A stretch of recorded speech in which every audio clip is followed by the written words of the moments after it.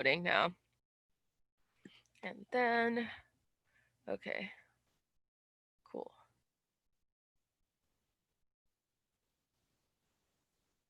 Okay, cool.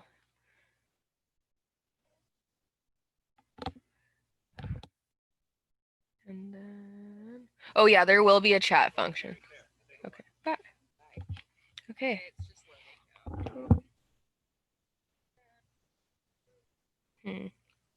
Okay. 1 second. Okay, I think, yeah, it's live on YouTube through here then. Okay, and then there's a chat. Hey guys, and welcome back to my channel. Today we're gonna do a really good discussion on saddle fit, and okay, wait. And hopefully it will give you some new things to think about when you're fitting saddles to your horses and kind of just figuring out what equipment to use, because there are a few pieces of equipment that you use in your day-to-day riding that are more important than a saddle. So without further ado, I would like to introduce you to someone whose name you've definitely heard lots of times before, most likely in the community. And that is the founder of Schlesa Saddles, Jochen Schlesa, and he is a master saddle fitter that is going to talk to us about saddles and all sorts of good information that as horse owners we need to know, because there's nothing more important than a saddle for riding. Thank you so much, Shelby. I'm delighted to be a guest on your channel. And as I mentioned to you before, I admire people, no matter what language they speak, what age they are, who really focus in doing it right for the horse. And I know most people, trainers, say it, but you have proven over all these years that you're on the right path and you're doing it nicely, especially for all these horses from the racetrack. So as an exercise jockey and myself riding all my life, I sure appreciate what you do. So thank you for having me. Thank you so much. Yeah, and thank you for doing this with me. This is really exciting. Yeah. So I thought I'm going to quick tell you and your audience who I am, and then we go to questions. Is that okay? Yeah, totally. That's okay, perfect. So let me share my screen with all of you guys. And I'd like to start with this screen. Can you see it, Shelby? Yeah, yeah, that works. All right, so this screen here shows us what the horses like to do the most on the top, being in the herd, yeah, and being together. And I'm doing this professional now since 42 years, and I was riding since I'm 6 years old. And I'm turning close to 60, so you can do the math how long I'm with horses. Now, I grew up in Buenos Aires, and I saw how horse and riders work together when they work and chase game, if it's anywhere from cats or birds, but they communicate in one unit. The way people can communicate to horses rather than with sharp spurs or whips or loud voices, just with the seat. And that's what I was always taught. So when we take these wild horses, and there's many books on wild horses, one of them is what I find fascinating. They're walking 20 miles a day, and 20 miles a day with their head down, 17 hours looking and foraging for food. So when we capture these horses and we ride them, now wild horses or domestic bred horses, if they come from the racetrack or they're coming from a specific jumping background, no matter how much money you spend on the horse or how inexpensive the horse was, the second the horse needs to, or has to, not needs to, has to learn how to carry weight, the rider, anatomy changes in the law of nature, physics, function, physiology, all that plays a matter. And I rode for years, not just in Buenos Aires, where I grew up on horses. Then my dad, who taught physics and math, comes to Germany. And after owning 7 horses, my favorite horse, who was a little pony first, and then I got too long with my long legs. Then my horse was a thoroughbred, Hanoverian. Here is the German championship. Now this fence, he had this problem that he always overjumped these solid fences because that's a 6.5-foot drop. Oh. That's our first 4-star eventing. And we were practicing and training for 84 Olympics. So I was on the German team. I'm not here to impress you. I'm just saying That's cool. that for me as a lover, a horse lover, and a person who rides, who wanted to be a veterinarian or a doctor and didn't have the smarts. And I really worked hard, but I just didn't get the grades. Embarrassed to say it, but I made myself a promise. And that promise was my horse had to be retired, not because of a fall or because he broke his leg or he was old, because he had a lameness issue we could not detect. That was 1979 to 1981, so lots of years ago. And what I thought, all of you, all of your trainers and all of your horseback lovers, there is sometimes a unit in between two beings, the saddle, what could be really, really a problem. So my first book I published, this is called The Silent Killer. It's now Okay. on many university as a textbook. Yeah. Last year at the University of Kentucky, at Lexington, not University of Kentucky, but the horse show grounds in Kentucky, we won the best educational books. I'm very Yeah. happy about this, but I wanted to tell you I didn't do that or got that because I had some ideas, because I surrounded myself with top professionals in the world. Now, these So people here are professors for University of Zurich, Vienna, and these people get hundreds and hundreds of thousands of dollars donated to study the horseback, not the model. Okay, it has to be Western or dressage or jumping. No, the horseback, how it functions under pressure from good or bad riding. And cool. then this guy here, I met him when I was riding on the German team because he had 5 veterinarians working underneath him in the German Olympic Training Center. Guess what? He sold his clinic because as a veterinarian, he says, we live by an oath, and that oath calls do no harm. And he said, all I did was injecting the joints, Oh. burning the nerves, and numbing the pain. And we all know we can't train pain. Mm-hmm. So when we trying everything possible, and all of you know how expensive it can be to the horses, this gentleman stopped being a vet, went back to his first profession. What's the professional trainer? And that guy trains now and shows people how to do proper riding, because there's this huge crank and Oh. pull. Most of you know hyperextension, and wrongfully because of greed and money. I don't want to get into this, but as a saddle maker, I wanted to really understand the back of the horse and understand what happens. When Yeah. I flew around the world, I came around this professor. We are now teaching Saddle Fit for Life. That's an academy on 5 continents that applies to any saddle, any horse, any breed. That has nothing to do with my company Schleser, who makes saddles. So Mm-hmm. this professor now teaches Saddle Fit for Life. That's how can Cool. I translate Saddle Fit for Life? Saddle Fit for Life is another words for science and law of nature working in movement. So we Mm-hmm. know what the biomechanics of the horse and rider is. We know the anatomy of horse and rider, but how does everything works when we have all this together with a unit called saddles? So these people are really, really cool because they work with technology I haven't seen before. And then I went to South Africa where I met the head of the Jockey Training Academy. And he says, we winning by a 16th of a second, like barely a nose width. And that's hundreds and hundreds of thousands of dollars. And everything I heard and read from you on your books and on your videos, would it be an advantage for a horse? There's less bleeding on the horse, no Oh, skin absolutely. symptoms problem.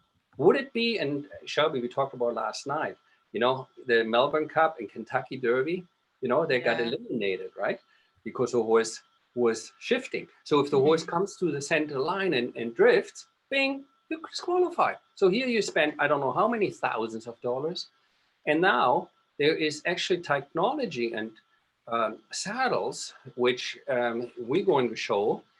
This particular saddle Wow. looks like a space age, but what would you do when I say to you, we have tested this on all the That's continents, super on the cool. major racetracks in Singapore, Hong Kong, Australia, Europe, and we have always challenged, bring me your best exercise saddle, and then what we're going to do, we're going to see how your saddle performs. So this That's particular, yeah.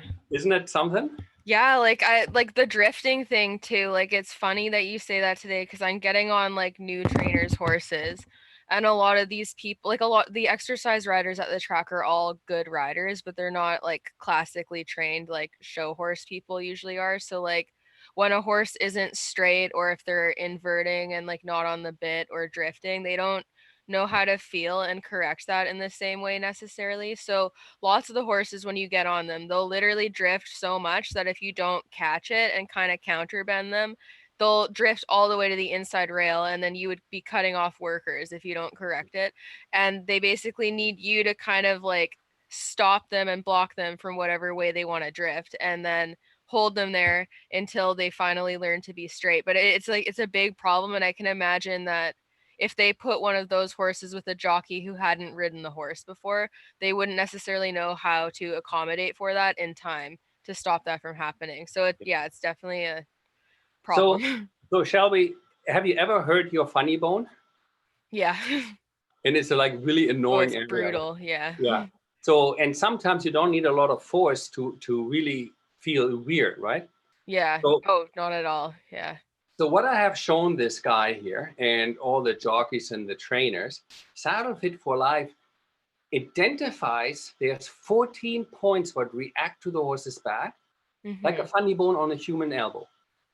So what if I tell you, if you identify where the stupid funny bones are, your horse does not go for 20 minutes inverted because that's what we've been told. Oh, ride the horse warm.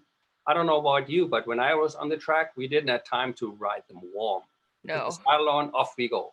Yeah, like they're No, not warming them up for you no, either. Like you do your no. warm up out on the track and Exactly. uh, So why, what the vets told me, why do we need to wait for the horse to go numb? Because that funny bone will go numb after 20 minutes pressure. So when I ride 14 horses a day, or let's say I ride only 8 horses a day, do the math. Eight yeah. times 20 minutes wasted of my time in riding a horse upside down until these nerve endings are numb. Yeah. So, needless to say, this saddle came with huge reward because this is bypassing all these funny bones. Oh, it looks And super they, cool. and there is one of the bones, one of the points, what actually increases and decreases the heart rate. So in the end, the trainer, the jockey, the horse, the most, of course, right? Everybody wins. Mm. And if we have people, like this lady here, Dr. Catalina Thiersen from South Carolina, she know all these horses she dissected. So if you did, Mm. bring a horse to this vet and you ask, I want to have my horse for research, she wants to have you fill out this form. You have to Cool. apply, you have to send the last training videos, you have to send your dimension, the saddle dimensions. And she now, I call her the CSI saddle fit because the Yeah. bones don't lie. So what I learned there, Shelby, blew my Yeah. mind. That's like I wish I'd known that earlier too because I could have like that would have been something I would have been introduced like interested in doing with my horse that recently passed away is looking into like that and seeing what she would find if she's looking into their bodies that specifically. You'd learn so much valuable information from that. Like Yeah. that's neat. So and you are one of the rising stars in my point of view, Oh, and thank you. well, I truly mean that. And your fans obviously recognize who you are and what you do, why you do what you do. So I think today we need to use the internet to bring what is knowledgeable on one continent worldwide. So Yes. Yeah. it is absolutely a must, in my opinion. And it doesn't matter what saddle it is. So this Mhm. book here, it's also the psychological trauma because there's many horses, you can see it in the eye, they don't have any more light. Oh, 100%. Oh, Yeah. Yeah. and that Well, hurts you the most, doesn't it, Shelby? When yeah. you see these Well, horses? a lot of people still mistake learned helplessness with like a well-trained horse because the horses don't try to do anything, but they're like so shut down and unhappy. And yeah, Uh, all the behaviors, pain-related behavior. A lot of people don't know what pain face is, and they miss it even when the horse is in so much pain that they go kind of lethargic and not yeah. fighting it anymore. Yeah, lots of people don't know how to notice that. So Shelby, this is so cool that you said that. And you know who actually took a bonnet? this lady here has the most equine journals. I'll read a lot of Wow. equine journals. And there's a lot out coming per day. But if they have a low rate of citation, which means if other professors read other professors' work and they like it, they get good marks, right? Hmm. So she has high citation and she wrote an ethogram. An ethogram means they can, she studied the facial expression. What does that mean if the horse has this? What does it mean if the horse has that? So knowing now from the scientific side, if a horse shows you a sign like this, because I always say horses Hmm. don't lie, how come when rider A goes on, the horse has wide eyes, the ears go back, and he or she means well, but she's totally cramped and afraid, and the horse goes crazy. Then comes another trainer on it, and the horse is relaxed. Hmm. And the same thing with the saddle, you know. In one saddle, the horse is relaxed, and the other one, she's crazy. So I love the different way of thinking. Now, this is something I want to share with you and your friends. Check out this tree growing in the middle of the water on this, what is that, rock? Wow. Oh, No, yeah. Or like an isn't that old it? tree stump or something, or I Yeah, don't know. it's That's something so neat. cool. So, and then look what it says. It's not the strongest that survives, it's the nor the most intelligent, but it's the Yeah. one what adapts to changes. And I think that your generation, my generation is too old. They say, oh, it's always been done like this. But your generation says, oh my God, I wish I know my horse had, if I would have known this veterinarian exists and there is this research, right? Yeah. And Let's, the internet makes it so accessible now. That's oh the my other God. thing is people have less of an excuse to be as ignorant as we make more of the stuff mainstream knowledge and easily accessible because it's all out there. And You know yeah. what blew me most away when I read this book here? This book here, written by a surgeon, Dr. James Watson, also an instructor. Now, I paid great attention in grade 6, where we Hmm. talked about, oh, there's a difference between a boy and a girl. There's boy Hmm. parts and there's girl parts. But never did I knew there's 9 different skeleton parts between man and female, right? What Yeah. makes a massive difference. Like you will find no rodeo rider, no reiner, no male cowboy riding in female jeans because it does not fit our parts. Sorry Oh to be yeah. so rude, right? But Yeah. many ladies riding in a saddle, what doesn't fit? Their Yeah. pelvis. So look at these two people, both the same height, both same figure, and we did butt cast them.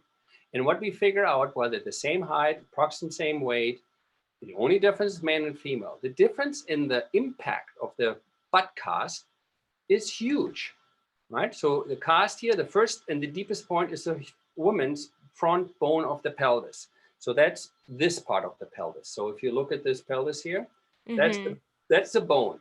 So it's not like, oh, you need to learn how to ride. The only way to learn is by leaning backwards. Yeah, and then you completely disrupt your center of balance and All right. everything too. So Yeah. what would you say where you see this point here, Shelby? That's the first I learned as a saddle maker by a male saddle maker. He says, for the male, you rest. Let me get the saddle tree here quick. Let me see if I Cool. find one. Um, oh, yeah, yeah. So here we go. So here's a tree, comes in all different shape. See my fingers here? The Yeah. first I learned is to make that nice and pointy in the crotch for the guy. Why? So our parts go left and right. Hmm. Makes complete sense because if you put a male rider on the female's tree, right? Hmm. This is the pubic branches. Yeah. This is the pubic bone. So we can lean that far forward. Look at the vertebrae on top Yeah. before we ever hit that bone. But if you Interesting. have a lady, skinny girl, heavier girl, young girl, older girl, doesn't matter. Huh? If she's properly balanced, the first what hits is the bone. Okay? Yeah. The bone hits that crotch area. So what I'm trying to say, you know, you can make always do, but you can't train pain. You can deform your pelvis 110%, right?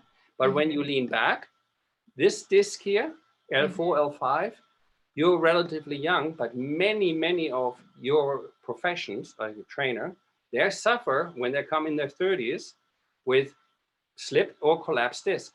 Now, this is not my words. I could be Mhm. a saddle maker like everybody else and says, yeah, I know everything. I learned it. I have my master's.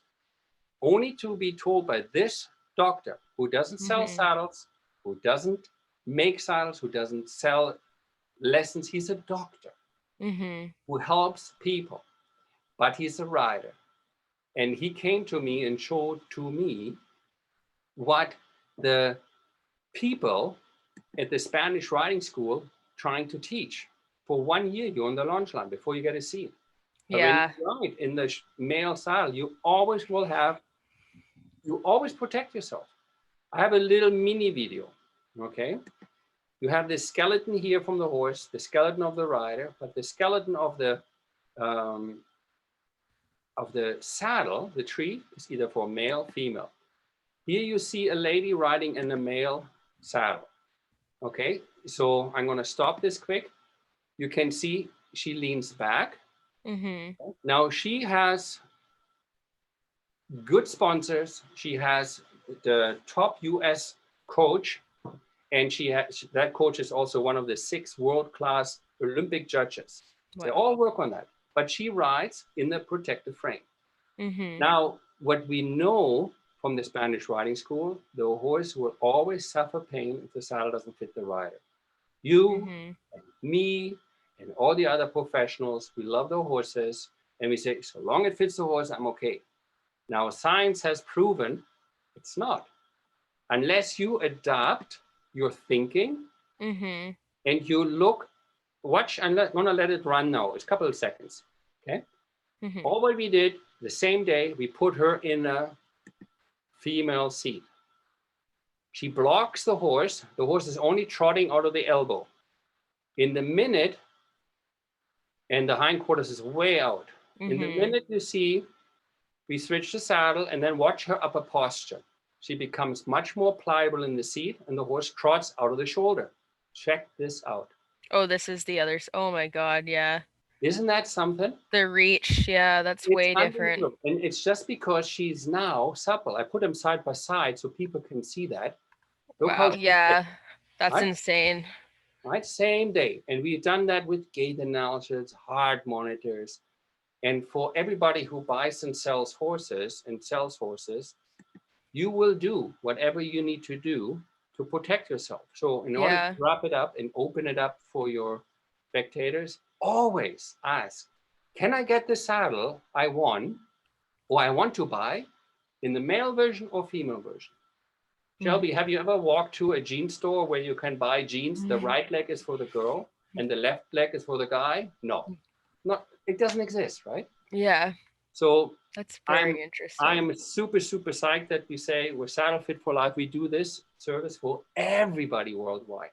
But enough about me. Let's talk about um, tall or small. Mhm. Well, we have sometimes people where the horse is huge and the rider is tiny. And very often, I mean, you're pretty petite, but there's a lot of people who are very big I for a need horse, like but his maybe not the saddles. right size. That's why in in New Zealand and now in England as well, they have a law that the rider with the saddle cannot be more than 20% of the weight. So I'm a firm believer that most people love their horses. But Mhm. like you said, I didn't know what I didn't know. We all mean it Yeah. well. So that's why I'm here. And I'm glad that I find somebody such as yourself who says, you know what? I want to sit shoulder, hips, and heels. Mhm. I want to sit sternum to sternum because when you do your 2 point, your jockey exercise, your foot is underneath your sternum. Yeah. If you do jumping, dressage, your foot, the ball of the foot, that's how we build as humans. We walk on the ball of the foot, then we buy shoes that we walk on heel toe first. But that's a different subject. So Interesting. it's Yeah. so cool. And this is the cut in the crotch area. For the male is good. Okay, but I'm blowing this up a little bit so you can see that better. So for the male, we don't mind if it's cut in the crotch because our bone isn't there. But if Mhm. you have a birth channel and your bone structure is different, you're going to say, not with me today.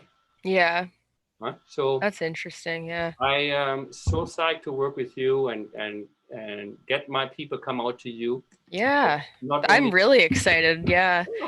Well, because even if you go back through my old videos, like until like 8 months ago, I've never had a saddle that fit me in the leg and the seat because even though I'm so short and small, my femur is like honestly as long as my friend who's like 6 feet tall. see. It's absurd. So like I like you can't buy a saddle that has the right flap unless you like luck out and find someone selling something secondhand that's like your seat size but also a forward longer flap. So I'm sure like all of the previous videos with the other saddles that did not fit me, like my posture is quite a bit different, or I would ride with a super short stirrup so that my leg would actually be on the knee roll without being like completely over it, and it would definitely have affected how my horse was able to move and jump. And yeah. I'm going to show you a picture, which is really bad. Okay, Okay. so let me see if I'm able to put this. Okay, so this is, you can see on the bottom right, this is really bad. Yeah, upset. So this is supposed to be the PF. Yeah. Okay, Oh. and look what this rider is doing to somehow riding this. Okay? Yeah.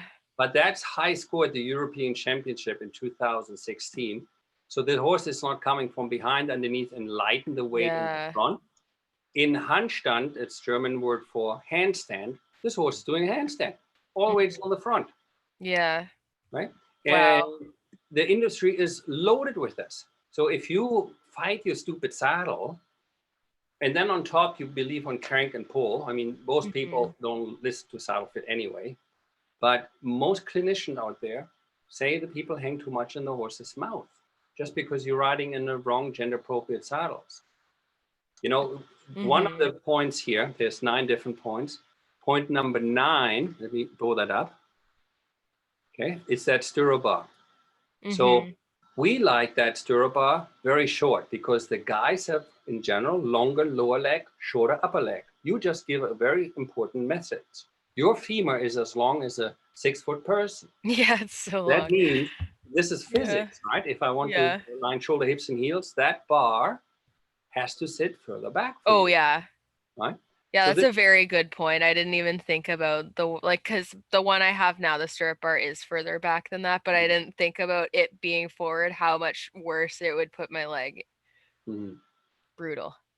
So what I want to encourage people, and people say, "Oh, I don't know, there's nobody here." You know, there is so many ways we can help people out there. And if you're okay with that, I have to see Yeah. how I can play that. Um, uh, doesn't want to do it right now. Let me just see if I can do it this way. Yeah, that's so cool. There you go. Ergonomics. So it's middle in the day where you are, right? Yeah. Yeah, it's like afternoon now. Yeah. Yeah, I've been up since like 5 a.m. So like honestly, it feels like it's evening because I'm not used to being a morning person until this week. So getting used to it. But yeah, So let me see if I can somehow manage this. cool. Oh my God, I don't know if I'm good at Oh that. no. Ah,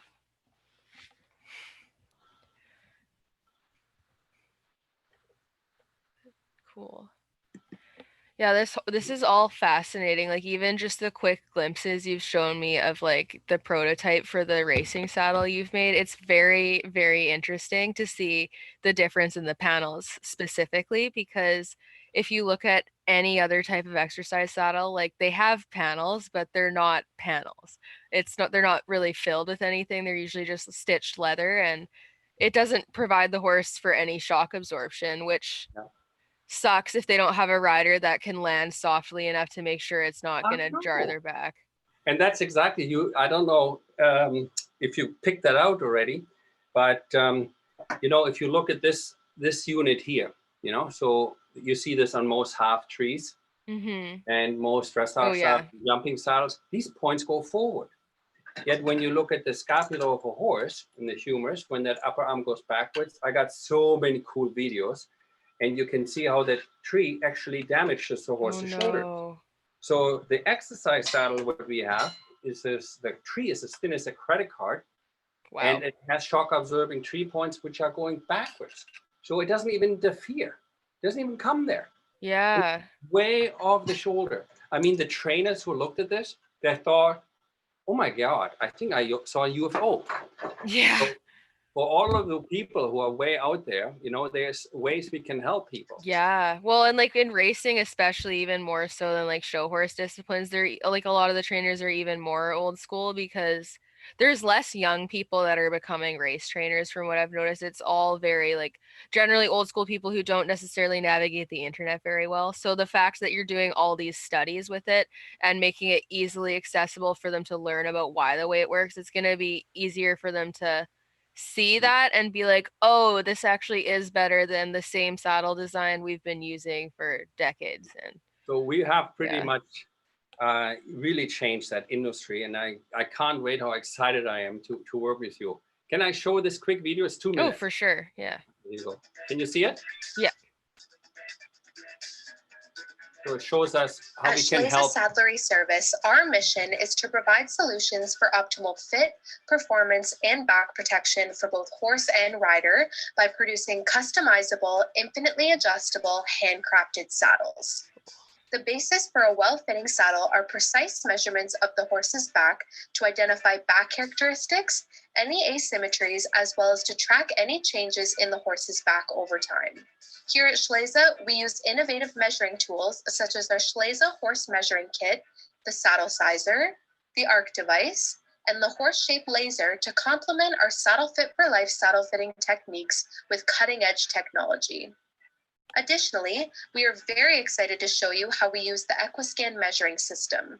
This includes the Topograph Pro and the horseback saddle stand, which we use to produce exact measurements of your horse's back and replicate your horse's back shape at our workshop.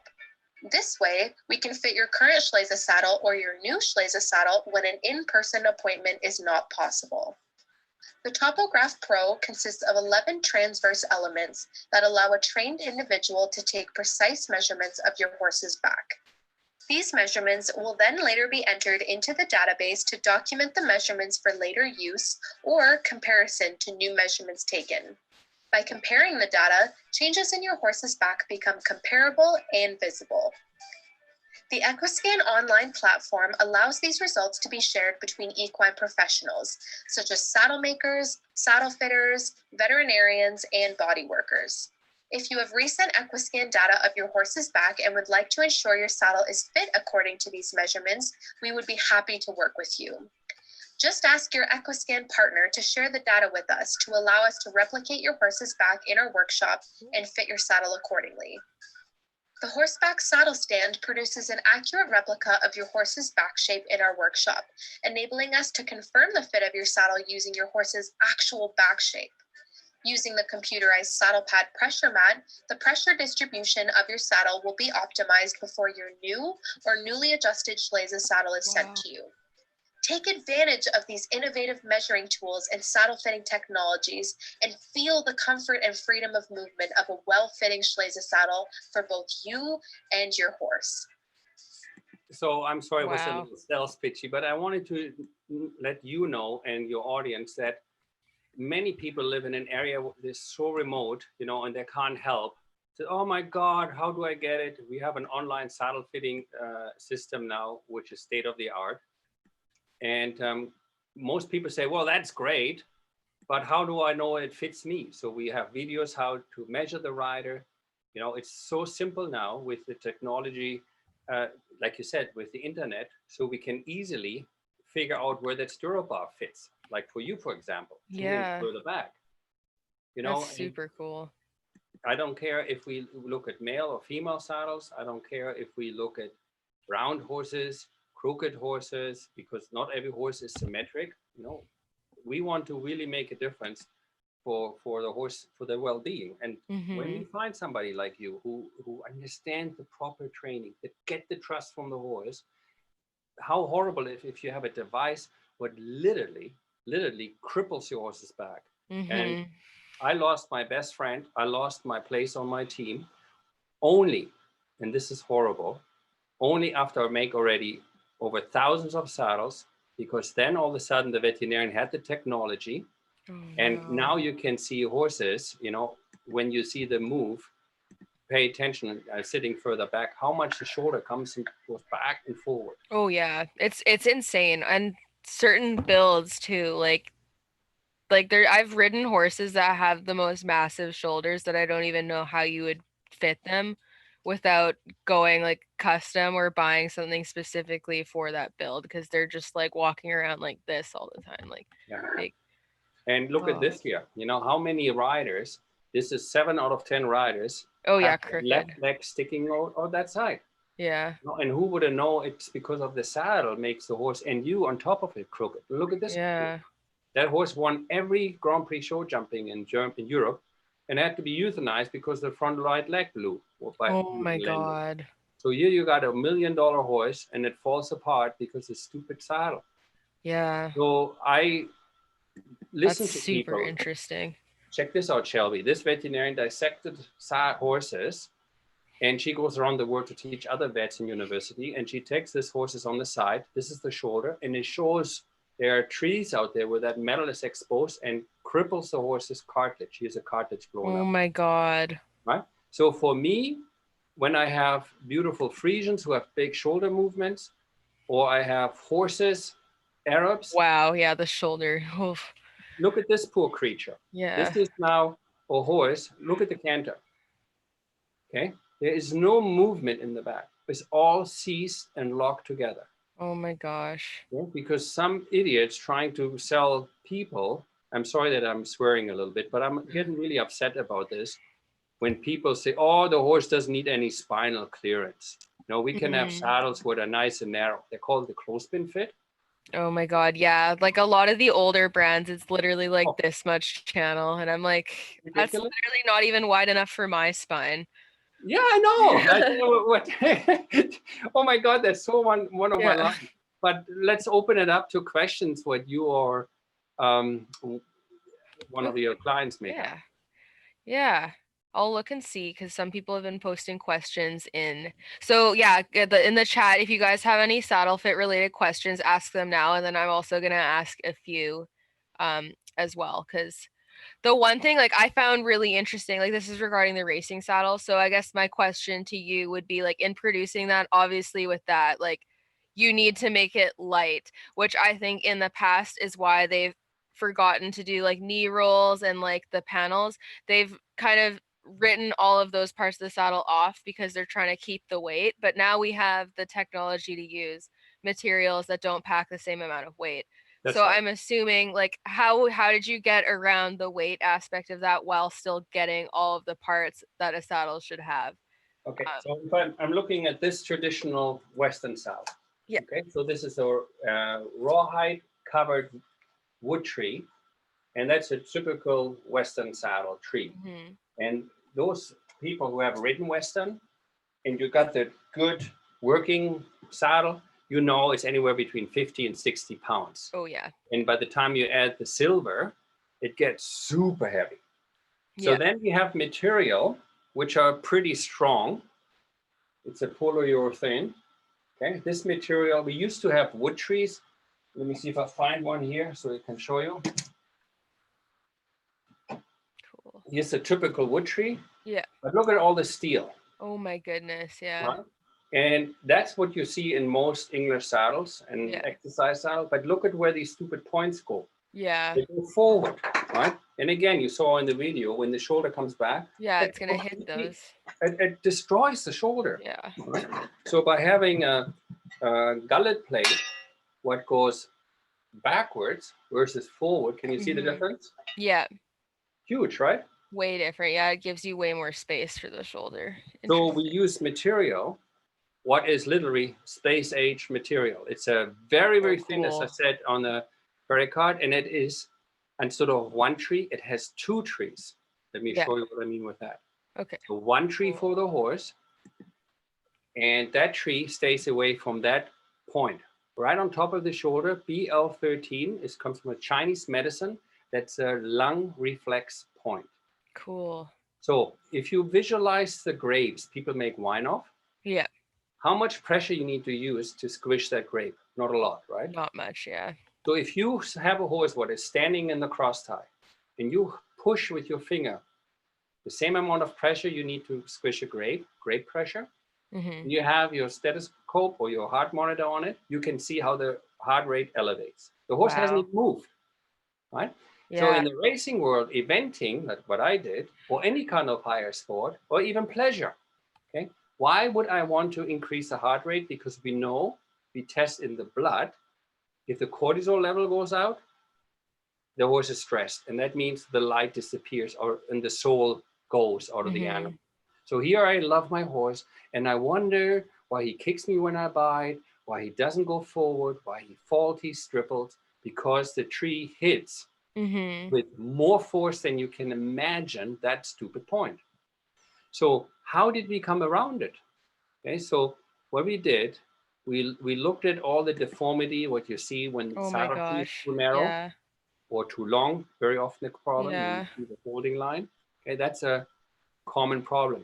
The force is a cross section of the withers. It's so high in the dry spots.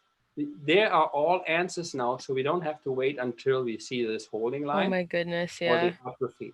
So if we know that's all there, and this is a cool toy from, Oh, cool.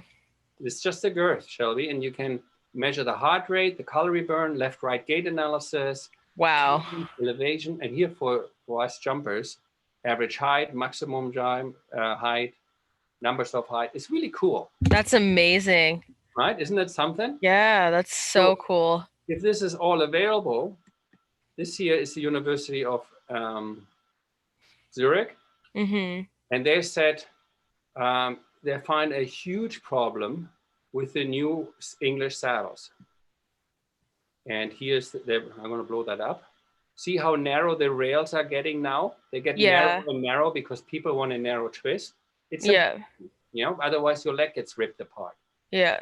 But they use computer pads for the rider and for the horse. And they say, okay, when the horse canters, okay, what Yeah. happens is the force, the thrust from the hind leg propels the horse forward, and all these bones open up. So the Oh. horse's back comes up, right? Mm-hmm. But why, when we look at the saddle with thermography, have we no contact in the center? Why is it Yeah. so digging in the front? Because the tree gets so narrow. Yeah. So the narrow twist is really bad. So what we invented, are you ready for this? Mm-hmm. It's a narrow wide twist, which is an oxymoron. Yeah. Is it narrow or is it wide? So Cool. what we have done, we have looked at the old saddles, right? Here, Uh-huh. see how wide the tree is? That's Yeah. what they used to use when they carried cannons and riders with metal on them, heavy, Mm-hmm. heavy soldiers. And now look at the rails, how narrow they got. Yeah. So this is from the side, this from the top. So what we did with the new material, we kept the top on the bottom, replaced this steel reinforced wood tree with the same thin new material and put it on top. So Cool. we have two trees. Yeah. And if you look in dictionary, binate means born or grown of two equal parts. So you have this super narrow twist for the rider. Mm-hmm. And then on the bottom, a thickness of a credit card. The material, what moves. Let me see if I have the tree here. That's super cool. Here you go. This is such a Wow, that looks super light too. super, super Yeah. soft. Wow. Look at the weight-bearing surface on the bottom. Yeah. So it distributes pressure way, way, way better than. Super, super light. And then if you, for the racing industry, we took all this out and put holes in here because we have a lot of countries where in Dubai or in South Africa where a lot of heat is, right? Yeah. The heat will come away. So Wow. that's why we designed that saddle with the holes on top. You see it here. And Yeah. so we have a saddle. You can roll over it. You can do whatever you want. And here's the Yeah. best part. You can have that saddle stationary, or you can have it for the left-handed horses or right-handed. So let's say you are a trainer and you have 15 or 30 horses in your yard. All you have to need to look, which horse has the mane going to the left, which horse has the mane going to the right. Same like humans, right-handed or left-handed. That's cool. I didn't even know. I didn't even think about that. Isn't that something? I want to show you a slide what makes that a little easier. This is, I saw that from, who showed me that? That was a farrier, 1986, fifth generation. And he says, you know, humans have the appendix on the right, horses have the appendix on the right. Horses don't fight with the right side. They always fight with the left side. They protect their gas seat side. Mm-hmm. And we mount and we go on the horse from the left side. Mm-hmm. Most racetrack go to the left. Some goes to the right. Yeah. Vaulting, gymnastic on horses, never goes to the right. All Olympic levels, or every continent I've been, they all go to the right. The veterinarian, Dr. Joyce Harmon, published a book, and on the front page, she says 7 out of 10 horses look like this. So the bigger shoulder kicks the mane to the right. Wow. So that would be your right-handed horse. 7 out of 10 horses are right-handed, like human. Yeah. Your mane goes to the left side. The horse is stronger on the other side. If you have a horse what is even mane all the way from pole to withers, that's the same like a human can ride with the right hand and the left hand. Yeah, so, mine has a split mane. Oh, you're lucky girl. Yeah. Grown horse. Yeah, so, I've been trying to fix it, but now that I know that, that's actually good to know, because we're always like, oh, his mane is so wild. Why won't it just stay on one side? I know. But, and what I learned in Europe, and number 5 in the training scale is straightness, right? Mm-hmm. But if we look at the horse from the front, they don't have collarbone, right? Yeah. The front limb is completely loose, and the sternum hangs with the thoracic sling. So here's the sternum. And you look at the shoulder blade, the upper arm, right? That's 1 out of 10 horses. 7 out of 10 look like this. Look at the deformity in the bone. Yeah, and then their way of going probably impacts the rest of their joints. So all of this would probably have a pretty big impact on like breakdowns and stuff, I'm assuming, in racing and other disciplines. 110%. Yeah. The first leg what gets injected is the right hock and right stifle. The first leg what pops a splint is the front left. And that's in every continent the same. Mm-hmm. So if you have a right-handed, left-handed saddle, all of a sudden, the saddle doesn't twist. Let's say you have a nice wide spine. And if your saddle doesn't twist, you don't need all these nasty spinal surgeries, right? Yeah. If you straighten this out, you don't run into, this is the cross-section I learned from a veterinarian. Fascinating. Keep in mind, I wanted to be a doctor, but my smarts weren't good enough. But I still have this, I wanted to know, you know, I listened to my father saying, the person who knows the how will always follow the person who knows the why. So you see how the spinal nerves, here's where the nerves comes out. When they get smaller, the horse will have, oh, he has EPM. Oh, no, he's a wobbler. Oh, no, he has a spondylosis. Like if we get that saddle to stay straight. Yeah. So the rider doesn't hang on one side because, okay, we are crooked. Mm-hmm. But if we understand that the majority of the horses, kick the saddle to the right. You can imagine you have now a race saddle you can buy, or an exercise saddle you can buy, left-handed or right-handed. Yeah. Or ambidextric. All of a sudden, no more drifting, no more spinal injury, no more injection. Oh, look at that. The front fetlock didn't blow up. Wow. And I'm assuming too for kissing spine, that's probably a factor, because I've had a lot of people tell me that for race horses, kissing spine is so common because of the age they're started at. But from what I've read, there doesn't appear to be much of a correlation between them experiencing it more than like warm bloods and other sport horses. It seems like the commonality is like their anatomy being longer through the back and what they're doing. But if it was solely related to age of being started, you would think that you'd see it more in like reining horses and like everything across the board where horses are getting worked hard. So I've always wondered what the actual main factor for kissing spine would be, because I find people use racing as a scapegoat for a lot of things, but I've met so many kissing spine horses that are Yeah, in the show industry, or I've met horses 100%. that I'll look at them and I'll be like, I'm 90% positive this horse has kissing spine, but I don't have x-ray vision and their owner's not going to x-ray them. Yeah. So it's just like you kind of look at them and you're like, Mm. and always Absolutely. wonder, but you never get to find out because yeah, unless you're willing to pay for the x-rays yourself, you can't get It's someone so to do it. simple, when I learned from the cavalry officer, Paul Stecken, he called it back then mapping the horse. When you know what the stupid 14 points are, and remember we had the little exercise with the grape? Yeah, How much pressure would you need to break an egg yolk of an egg, sunny side up? barely any. Yeah. So less than a grape. Yeah. Have you ever had um, pain on the sciatic nerve or any kind of a hip pain? Oh yeah, I have Right? like a really bad SI, yeah. Like, Okay. yeah. So you can relate to that when people say, "Ah, my hip really hurts," Mhm. or check this out. Okay. This thing here goes to your SI. That's a sciatic nerve. Mhm. And like on humans, these yellow things are the nerves, right? Yeah. You can use less than egg yolk pressure and the horse will go inverted. So if Wow. your saddle is shifting or twisting, you need to ride 20 minutes with the spine touching inverted, kissing spine, rubbing, rubbing, rubbing, rubbing until the nerves are numb. Mhm. So if I can prove to you via gait analysis or via heart monitor, for you it's easy because you sit on the horse. Oh my God, I have like 1,000 pounds in my hand. Or you say, oh, Mhm. he's so light, he's so nice in the contact. All of a sudden, you see it in seconds. But Mhm. not everybody has your or my Yeah. riding experience. So in order for these spinal processes not to touch, you got to stay away from all these nerves. Mhm. Right? And now is the cool part. We have the racing saddle is the only saddle what is 4 inches, 10 centimeter away from the spine. Wow.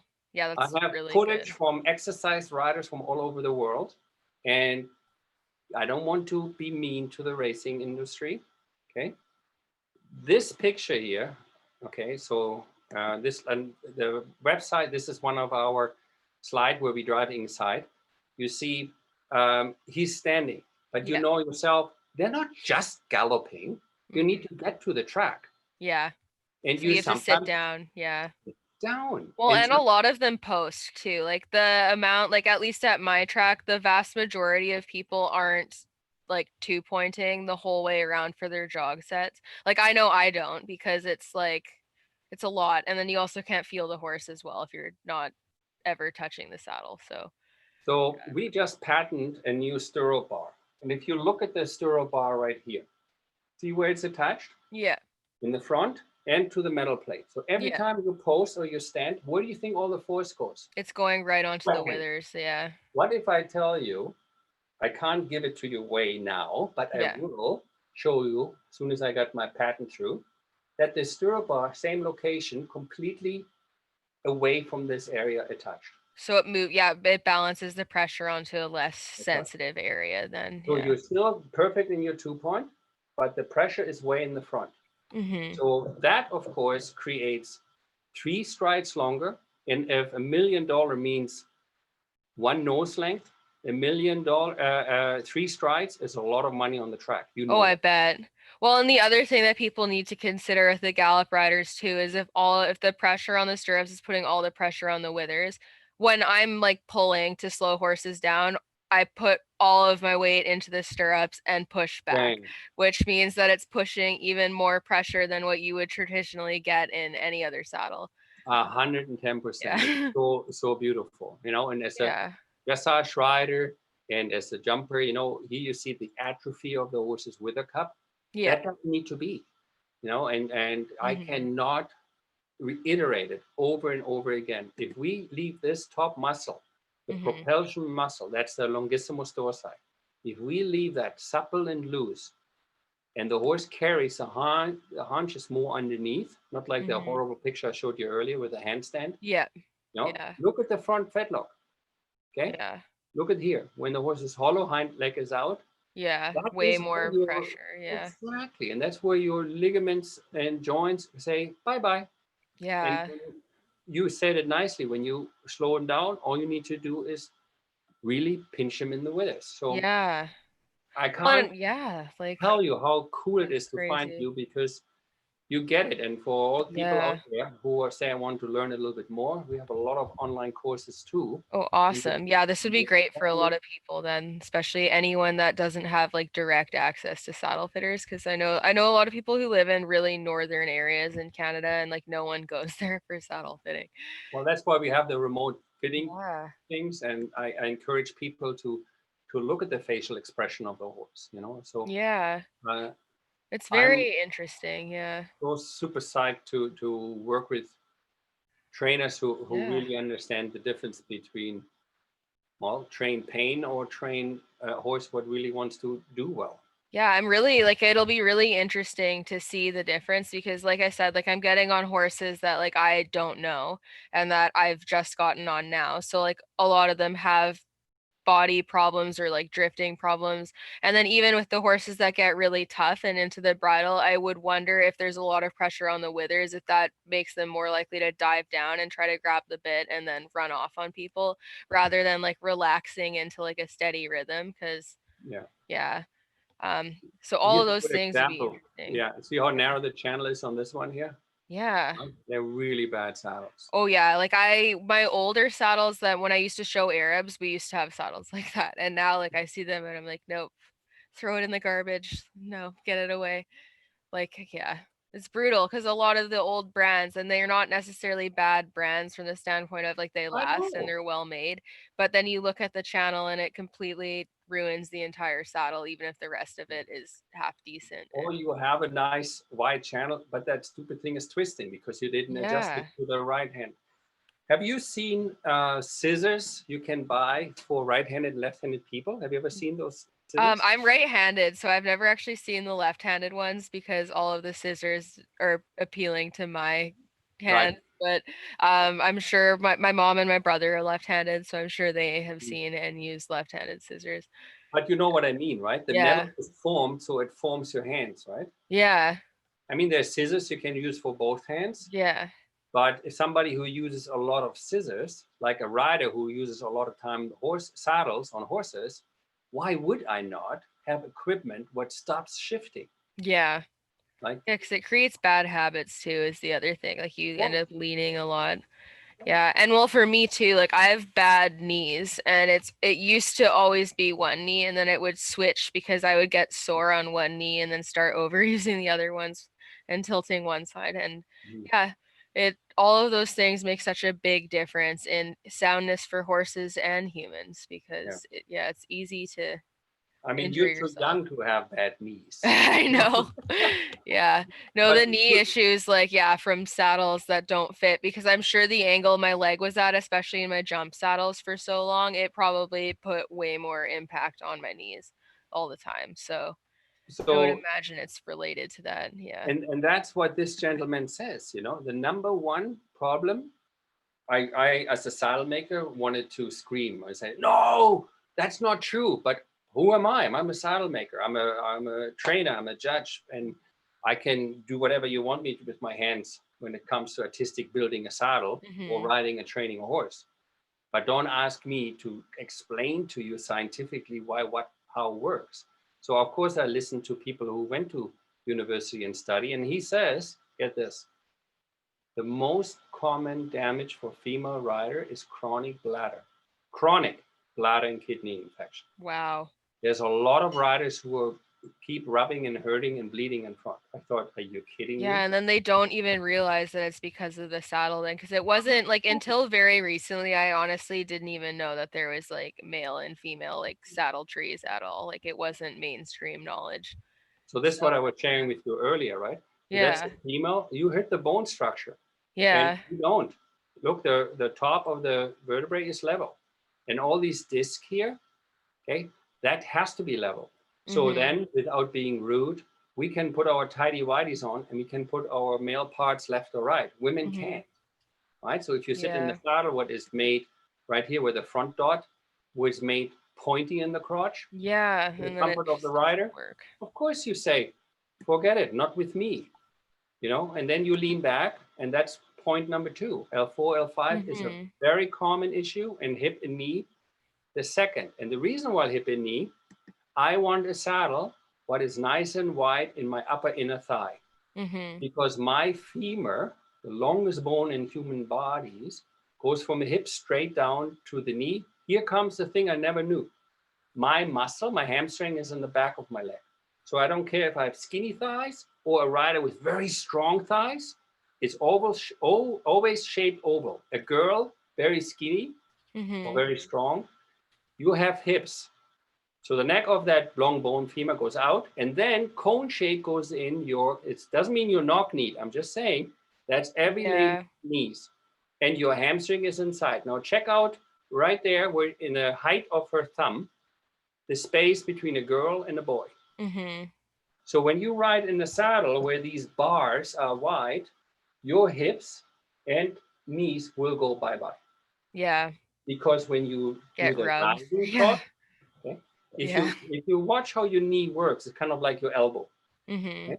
It doesn't do this rotation. That rotation comes out of the shoulder, right? So if you push halfway through that longest bone, the thigh away, now your toe torques outside, and you're trying to get the toe in, and now you bang, there goes your hip and your knee. If you go back at any of my old videos, my toe is like 90-degree angle.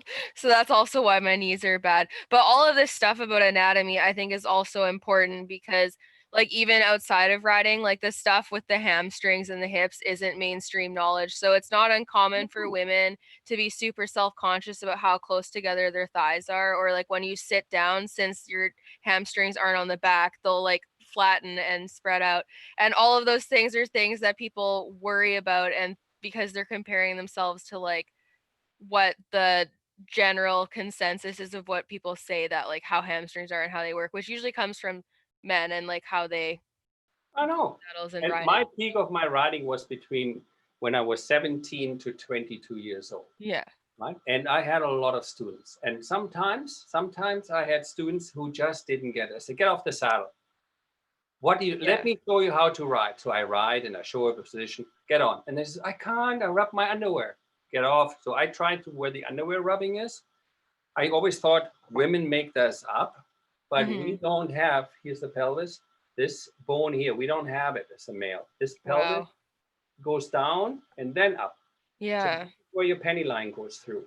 So guys don't have it. So I thought my riding my riding students were lazy or were not trying hard enough. See how that bone goes straight up? Guys never rub with underwear. Never.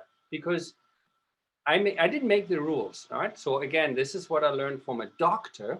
So as a saddle maker, I say, I can ignore what science and the doctors say and go what my traditional saddle fitters did. But since 1979, Shelby, the majority of the riders are female. Let's face it. Right? So as a saddle maker, why would I ignore this? Yeah. This is ridiculous, right? And then you have massive, and this is again not my problem, not my pictures, right? I mean, people can get kissing spine too. I did not know that. Yeah, right. I don't know why I'm surprised by that. Like I wouldn't. Yeah. Right, but isn't it cool how simple things can be? Yeah. So that's very again, interesting. Saddle Fit for Life is based on science, what comes from medical doctors for the human. And if we want to believe our instructors who teaches this to this day in the Vienna Spanish Riding School, the saddle will never fit the horse unless the rider has a pliable seat.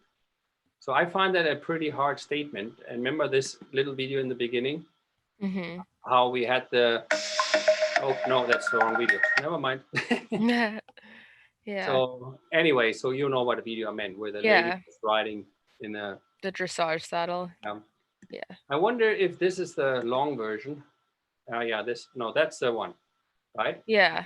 Saddle, leaning away from hitting the crotch. Right? She's a good rider. Yeah. Sudden, she's and stood off sitting soft. she's sitting hard in the back, and the horse cannot come through the shoulder. And Mm-hmm. this is why I love this video, because the horse is still the same horse. The instructor in the Oh middle is yeah. still the same instructor. So And then with like the modern day dressage riders, do you think that the leaning back that a lot of them do where they're leaning behind the motion is because of that then? well, that, and of course, what we talked earlier, when the modern dressage rider prefers to ride like that, the horse on the forehand, then the Yeah. back, of course, goes this way. Yeah. And then, of course, they're leaning back. And look at the Well, and posture yeah, then of the the neck. neck too. Yeah. I mean, this is like I call it train wreck in Yeah. motion. But yeah, Yeah. so it was so much fun talking to you. Yeah. And it It's looks to me awesome. like not only you, but lots of your fellow fans can learn Yeah. what I learned from professionals from all over the world. Oh, and I think yeah, this is so valuable for everybody because learning like the science behind things makes it less refutable because there's still that trend in the horse world where if you start to say like, oh, like I don't know what I think about like this person, they might be like a big name rider. They'll be like, you don't know what you're talking about, you haven't ridden at that level. And it's like certain things, people that are welfare related or like anatomy related, you don't need to be past a certain level to necessarily notice it. So learning the mechanics behind it I think is very valuable for people because then like all of these people watching that have trainers that might bully them into not being concerned about their horses when they like the rider usually knows the horse best, like trainers will be like, oh no, your saddle's fine, and like not all of Oh them care God, about it. that's so cool what you Yeah. just said. So like these people kind of need more information on how they can refute ideas like that and be more comfortable standing up to instructors and people who do not necessarily care about what they're doing with the horse. And Tomorrow we will oh have yeah, this is good. an incredible rider, an incredible horsewoman, and she lived all over the world too, and she is really, really knowledgeable about um, breeding, and Mm-hmm. she's talking about how the breeding has changed. Everybody may heard about the saying about the German shepherds through Oh breeding the yeah. dog. So with such a slant hip for whatever, really caused detriment to that breed. And the same with the animals today. Today we breed horses just for thrust and winning. And there's many people in the horseback world who don't care about the horse at all. They are just pure in for the money. It Mm-hmm. comes, and that's why I put this slide up. It's with trainers, like you said, they just bully people into a saddle because they get $60,000 to $80,000 paid a year to sell saddles. Then, of course, nutrition, Mm-hmm. veterinarians. There's a lot of veterinarians. They have the oath, do no harm. But how many vets do you have to see? You just come in, they barely look and inject hogs and Yeah. spines. Oh, the amount that will It's inject without crazy. an x-ray, it's like you don't even know why you're injecting then if you don't have an x-ray. Like even if you're good at an external exams, how do you know that the injection's going to be what solves this? Like what if it's soft tissue or something else that needs to Yeah, that's one of my biggest pet peeves is the injection because also those type of vets have created the school of thought that injections are preventative maintenance, which is utter BS. Like, yeah. Well, Shelby, I said it, I think, 3 times, and I will say it another 100 times. I'm so happy to find you because you are Yeah. really, truly a fresh breath of air and a girl who doesn't care and speaks her mind. And obviously, a lot of your fans love what you do. Otherwise, you wouldn't have that massive following. So Thank hopefully, you. together, we can help people when it comes to the word tack and saddle. Yeah, I hope So so too. no more Like, horses have to yeah. suffer in silence.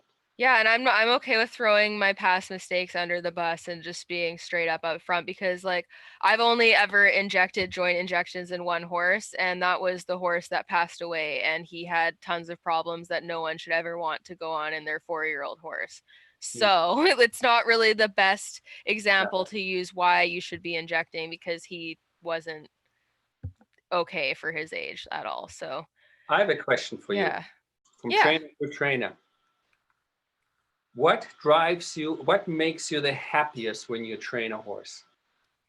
I like if I'm training like with the owners, I like working with owners that actually like respect my opinions and don't try to like bully me into like rushing them. So like I appreciate the partnership where they'll let you go at the same pace of the horse, because for me, like I don't like doing 30 to 60 day starting programs, because one horse in 30 days could be very advanced compared to another.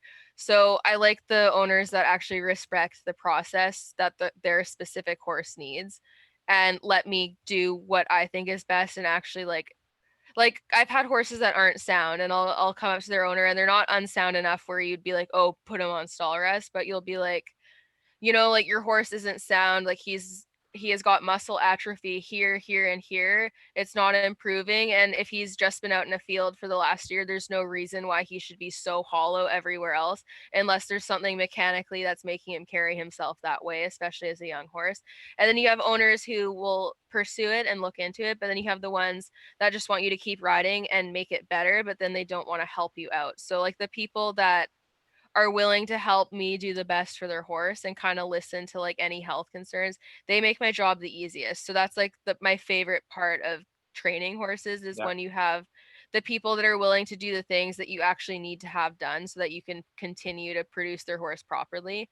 um, and it's hard because it's easy to do with your own horses, because you can be like, I'm not comfortable with this, let's look further into it, let's go x-ray his back, let's go do this just to make sure, and kind of like weed things out. But like with other people, they're less willing to, so you have to find the right pairing. And that's kind of one of the hardest parts of training. It's not the horses so much as the owners, because most horses are fixable, but a lot of them aren't fixable on the timeline the owner wants them to be fixed on, or how they want them to be fixed. And yeah, so I But like working with good you're people. dealing with a lot of people who want to have stuff faster done because it costs so much money, Oh yeah. training the horse, feeding the horse. So they want to rush things, right? Yeah. Well, and the nice thing, like, okay, this isn't like nice for them, but like those types of people, when I straight up say, like, I'm not gonna do this, like, go find someone else, or like, you have unrealistic views, this isn't gonna happen with your horse. So they're like, okay, fine, like, I'll go find someone else. And then, like, every time that's happened so far, like, it doesn't happen. Like, the horse either ends up needing to be retired or comes up lame, and they end up needing to do the rehab program I suggested 6 months before. That if they had done it then, the horse would have been back in work and it would have been out for less time. So like that part's nice, but yeah, the hardest thing is honestly the people, which is why stuff like this is so important, because 90%, like 99% of horses are fixable, even the ones that get dangerous and nasty because they've been in pain for so long. It's just the owners that prevent them from being fixed. And See, yeah. I'm a firm believer. The majority of the people love their horses. They Oh look at yeah. the horse and they're just in awe with them, right? Mm-hmm. And as I said earlier, my dad was a teacher, and he taught us kids, you know, there's multiple ways how you can learn. In general, people learn through pain and fear. Oh, that hurt. I don't touch that hot plotter again. Okay. Oh, if I don't do that, I'm fearful this will happen. So, but there's another way of learning, is with fun. So Mm-hmm. if my horses see me coming and they're running towards me, and we ride again, and he actually understood what we taught or worked on yesterday, and he has fun with that rather than I have to chase him with the grain bucket, Mm-hmm. or he kicks me every time I touch him or Yeah. bites me when I girth him. Then I need to ask myself the question, do I really need to give him a knee and jerk him in the guts like one other trainer who I just fired? Or do I need to maybe put two and two together? It's a damn stupid saddle. Because in the jumping saddle, he didn't do it. In this new dressage saddle I had to buy because my trainer said so, he bites me, Yeah. you Well, know? and that's the thing, like the girthiness thing, a lot of people view it as the horse being bad and Ridiculous. disrespectful. And I think that's the biggest problem, is like all of these people love their horses, but their view of like why the behaviors exist is so skewed that it justifies their treatment of the horse in their head, which, and like they mean well. Like I've seen people who ride their horses in mule bits, and when they're done riding, they'll be feeding them carrots, like brushing them, the horses get Yeah. massaged, and they love the horses, but what they're doing to the horse doesn't love. And they mean well, but I think it's just how people like they try to sway from addressing what makes them uncomfortable, and they take like the easy way out of blaming the horse and being like, oh, he's just being a jerk. And like I feel like most people have been guilty of that at some point in their riding career too, because it's very much a behavior that a lot of trainers encourage. Because my Arab never had a fitting saddle, and if you see him now, he has a sway back that's way worse than it should be for his age, and it would not have existed if he had a properly fitting saddle and had carried himself correctly all of those years that he was showing. And like I was young, so honestly, I would put most of the fault on those who were educating me for not pointing out like, hey, like he's swishing his tail at doing this, he's hollow because of the saddle. Because I was like this 8 to 14-year-old kid that was just listening to my instructors at the time. And this was before the internet was as accessible as it is now too. So like I couldn't educate myself in the same way, and then my horse suffered as a result. And you can literally see the damage it did still to this day, and he's been out of the show world for decades. Hey, you want to see something horrible? Look at this. There's 8 different schools who teach 8 different way of saddle fitting. Is that horrible? One teaches the clothespin, which means it needs to be narrow and tight around the spine so it doesn't move left or right. Oh, polo saddles. Yeah, that makes sense. Yeah. And then, exactly. And then there's another saddle that gets taught. It needs to be extra long that we get the hyperextension. So the rider sits literally on the horse's lumbar area. On the, right, like at the worst part of the back. Yeah. And then we have racing saddle or jumping saddles. There's a special way of fitting them, of course. And then there's people who say, the saddle needs to be hollow in the middle and oh my God, digging in the front so it doesn't move. Yeah. And you think, are you serious? And people teach that, right? And there's a combination of clothespin, hyperextension, and bridge fit. So when you make that saddle nice and long, who cares where the hind leg is? It might be in La La Land, but he goes. Then you get the big front movers that everyone likes to watch because they think it looks exciting. That's why we called it circus trot.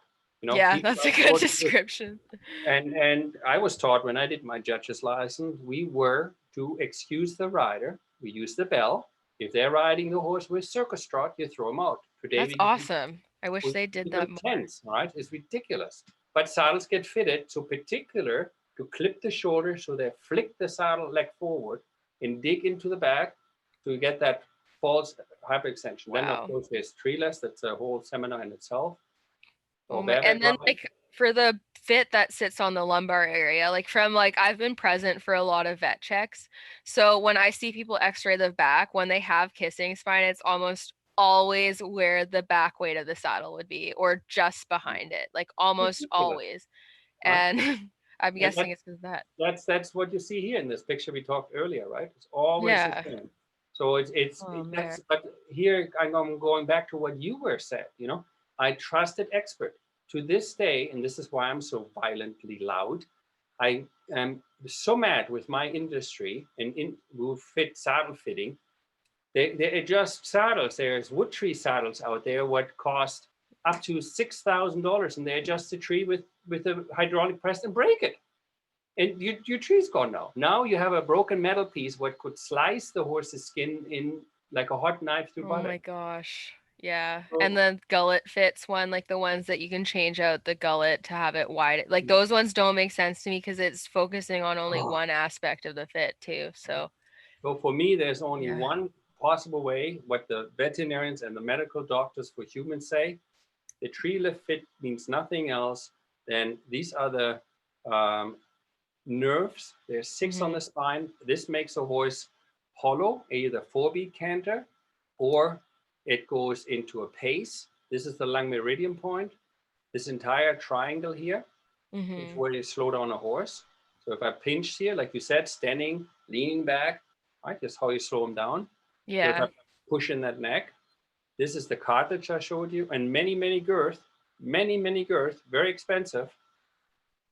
Totally wrong. The most inexpensive girth at the right length could be the best girth you ever bought. Yeah. But it's just marketing, getting your money out of your pocket, and you're spending all this money because you really love your horse. But some clowns, so-called experts, take your trust and misuse it. And then you look at your Arab and says, but I trusted these people. Right? And you get massages and then you think it's all okay, but no, the deformity is, once it's there. And that's why I'm going to find people like you, very selected people who I trust and feel connected to, like I do with you, and help people to say, hey, you know, the earth is not flat. Even though somebody told you the earth is flat, the earth is actually round, and here is why. You know, and that's where we need to go, Shelby. Yeah, the education and like giving them the why is so important, because even the people that are in denial, if you say this to them the first time, a lot of those people do go home and they think about what was said, and they might even look it up themselves after, and they probably don't want to admit that they're wrong right away, but it plants a seed of doubt, and then that seed usually starts growing, because that's what initially happened with me. And like, it's very uncomfortable to have people tell you you're wrong, and most people's go-to thing is to be defensive, which is what I did for many years in Arabs with like the bits I was using and how incorrectly my horse was going. It always felt like an attack, because also some people aren't the nicest how they go about that either. You But know? then it plants the seed of doubt and you start looking. So like, I actually kind of thank the people that were like really mean to me on my blog when I was like 15, because they were like, a lot of them were right. They were just really mean about it. But they connected me to people who said the same things in a much nicer way, and then gave me resources to continue learning. And then that's kind of what pushed me to leave the Arab circuit and go start pursuing other things, and eventually end up to where I am today. So like, yeah, the education aspect is so important, and it's something that's very much lacking in the horse world, because we value experience and show records, like experience as in like just riding experience, and show records over actual science and studies, because I don't think most people realize for a study to be published and like accredited, like the amount of work those people have to put in to make that happen far exceeds any experience of like a professional Grand Prix rider on the circuit. Like, their experience being in the circuit is nowhere near what they would have to be put in and proven to publish a study. Yeah. So, Shelby, yeah. what you said, it really touched my heart, and I wanted to share a quick story. When I wrote my first book, right? So it's really hard because reading and writing is really hard for me, and I wanted to do this as a personal goal before I turned 50 to write a book. So I had a lot of help with this, but I dedicated to my horse. I dedicated this book to my horse because of not knowing what I did not know. And I trusted professionals just because they had big names. Oh, they must know because they're successful.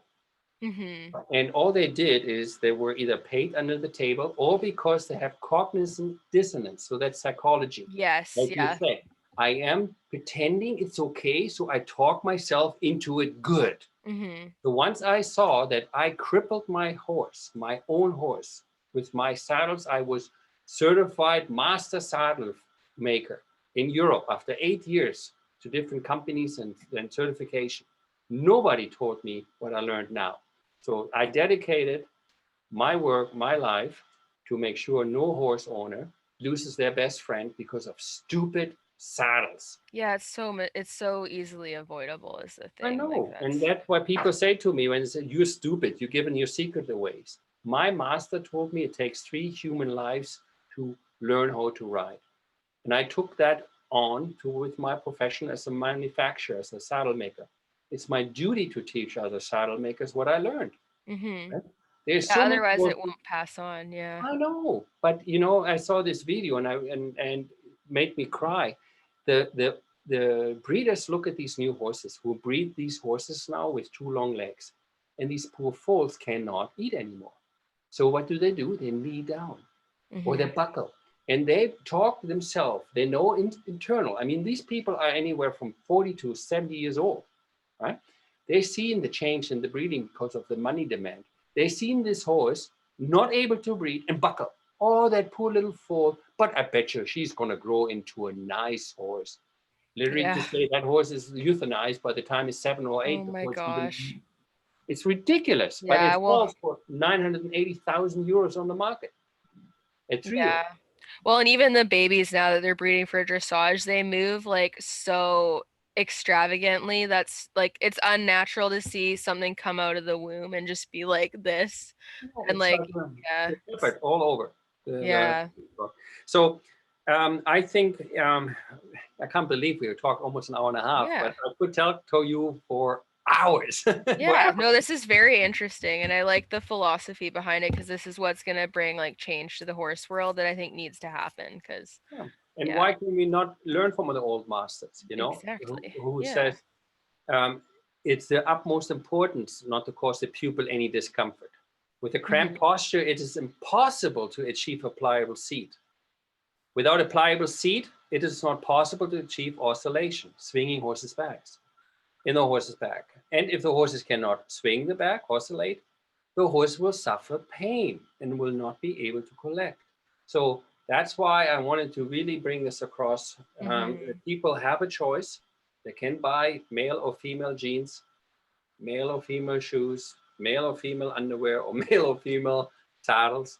And once you got that to fit it to the horse, and we're going to talk about one of our future webinars about the trainer saddle, or about more detail about the exercise saddle, So people can see, wow, it's actually not rocket science. It's just don't hit your funny bone.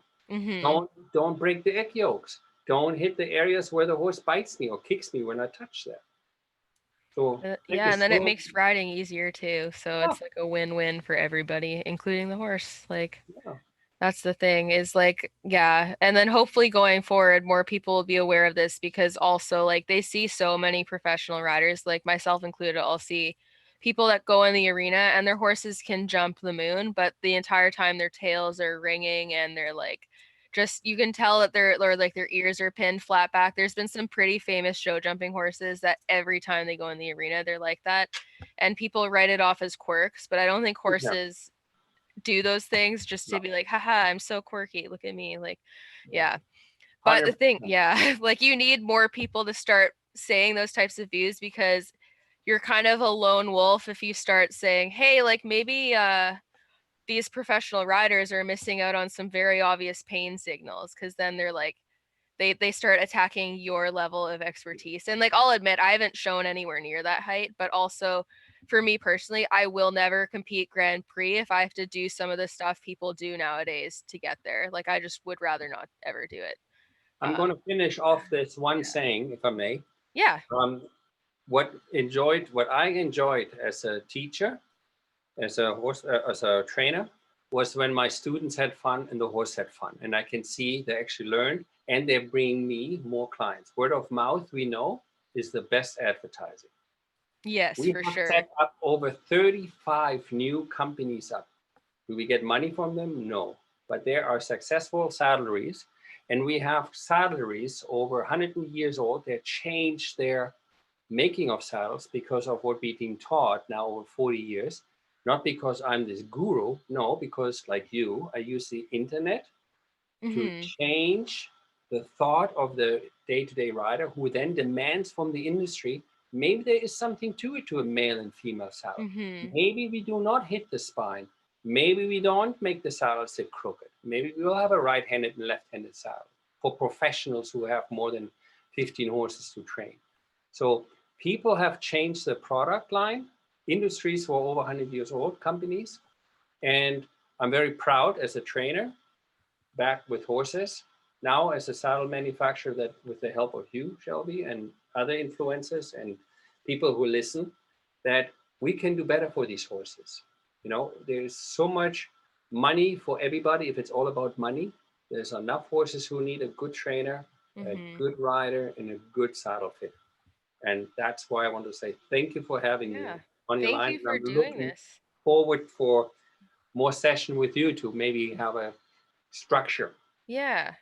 No, that'll be awesome. And I think it'll be super educational for everyone. So spreading the word is good because the consumers are who run the show in reality. So if they change the demand, the companies will have to get with it. So Of yeah. course, and it's happening, and it's Mm-hmm. so cool to have people who say, maybe now that we offer this long distance fitting kit, no matter where you live, Mm-hmm. yeah, everything is possible virtual, and with the cool free on everybody's smartphone, you can actually measure your horse out with this one video I showed you.